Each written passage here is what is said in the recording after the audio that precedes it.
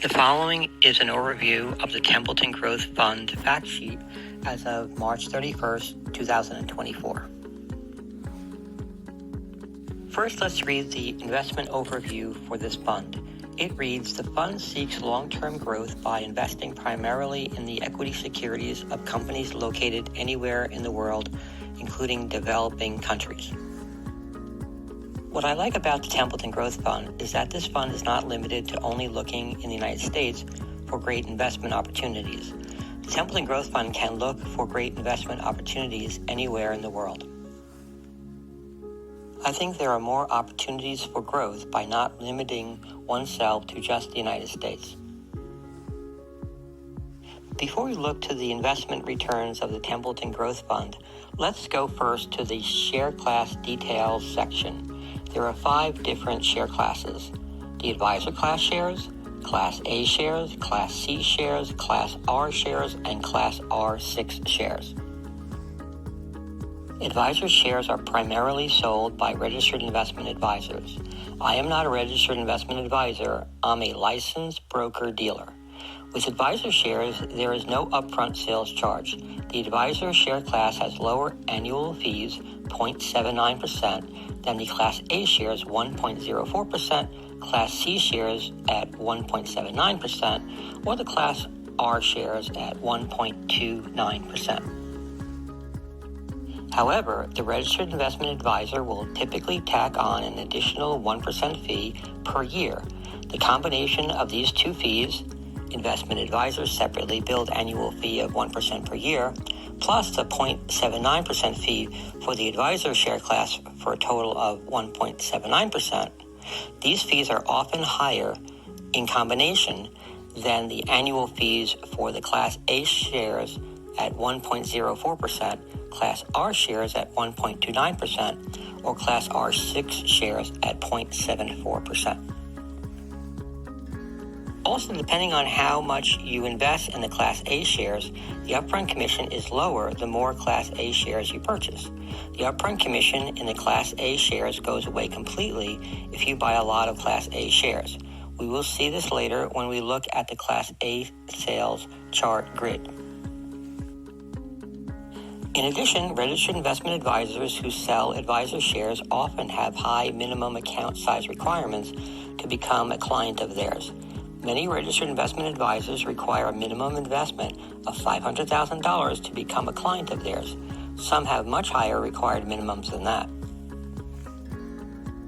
This is not a reasonable amount of money for most people, particularly my clients. When you work with me, however, the minimum investment is as low as $50 a month for mutual funds. As a small broker-dealer, I can make a decent living with a lot of small accounts. An increasing amount of investment firms, particularly large ones, will assign your smaller account to a call center where you will not have as much personal attention and guidance as with a small broker-dealer like me. And remember that the definition of smaller accounts at these firms is often an account under $100,000, which seems ridiculously high to most investors. With me, you have my personal cell phone number, and you can call me at any time and get me on the phone. I've had more than a few clients leave large investment firms to go with me for the more personalized attention.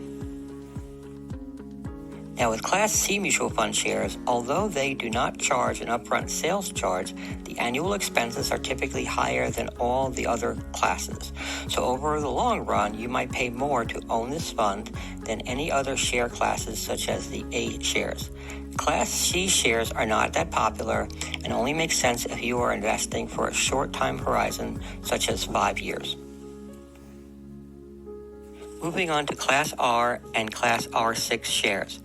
Class R and Class R6 shares are typically reserved for large institutional money, such as 401k plans, pensions, and sub-accounts in variable annuities.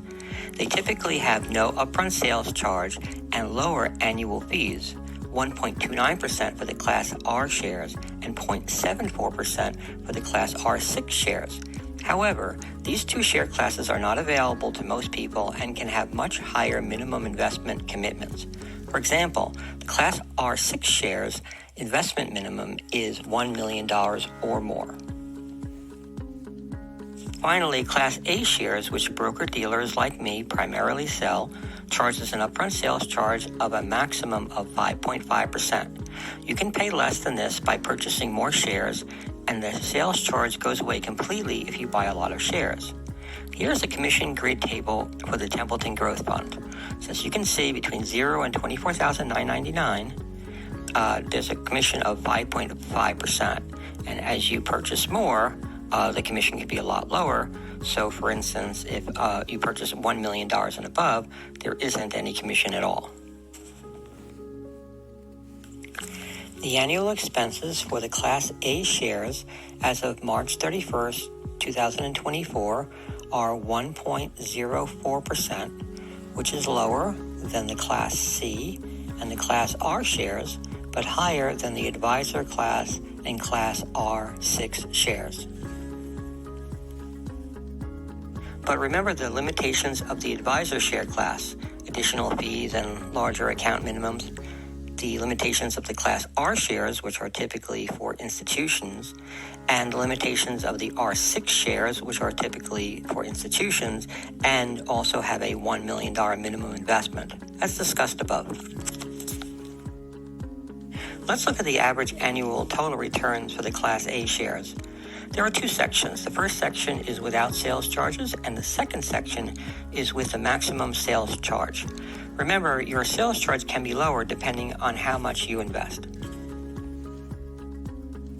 This is the return without the sales charge for different periods as of March 31st, 2024. The 1-year return is 18.75%. The 3-year average annual return is 4.94% per year.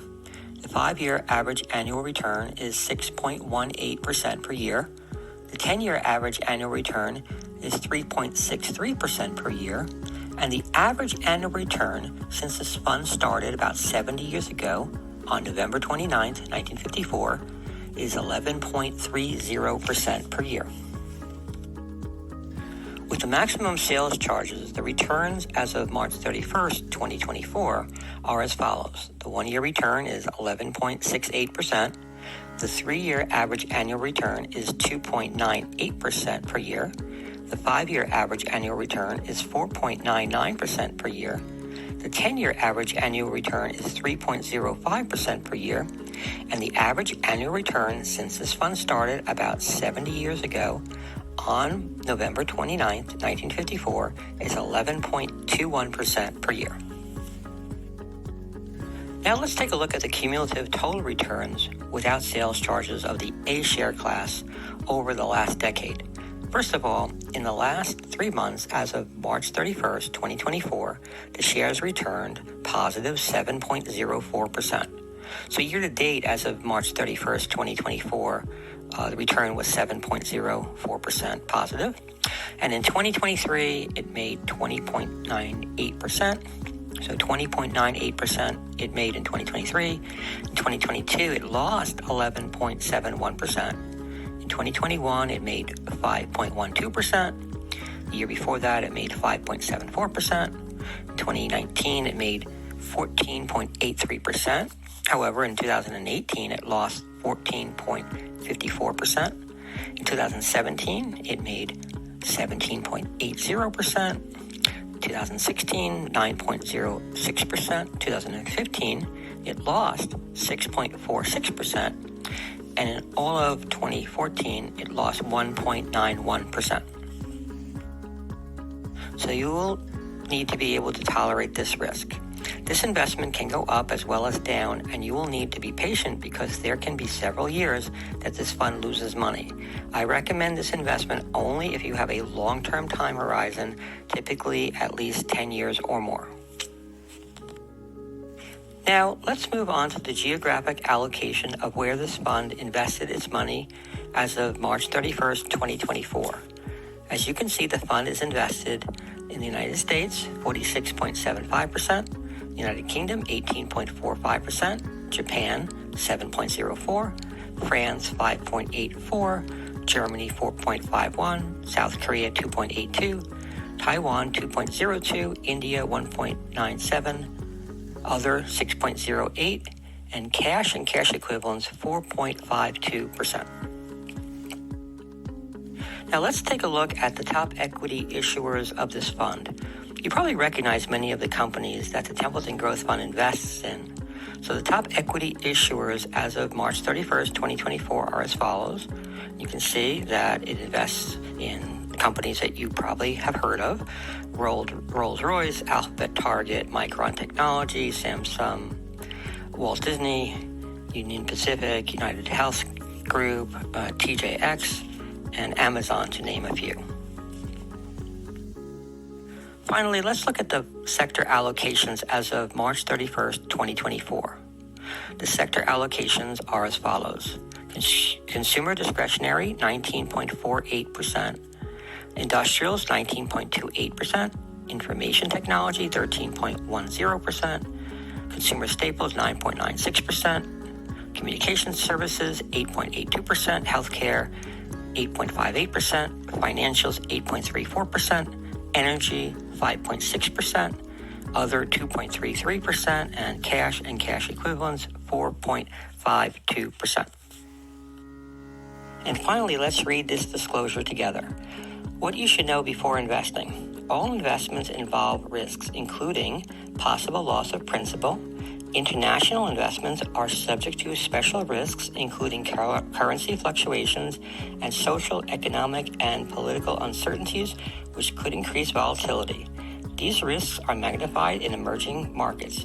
To the extent the fund invests in companies in a specific country or region, the fund may experience greater volatility than a fund that is more broadly diversified geographically.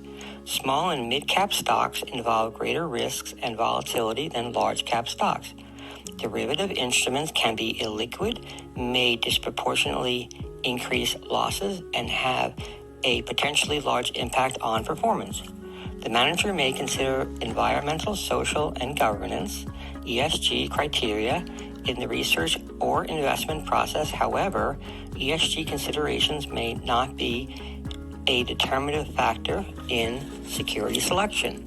In addition, the manager may not assess every investment for ESG criteria, and not every ESG factor may be identified or evaluated. These and other risks are discussed in the fund's prospectus. Thank you for watching my presentation on the Templeton Growth Fund. My contact information is on your screen. Call me or text me if you have any further questions or you want to open up an account. Please read the prospectus before investing any money. Thank you very much.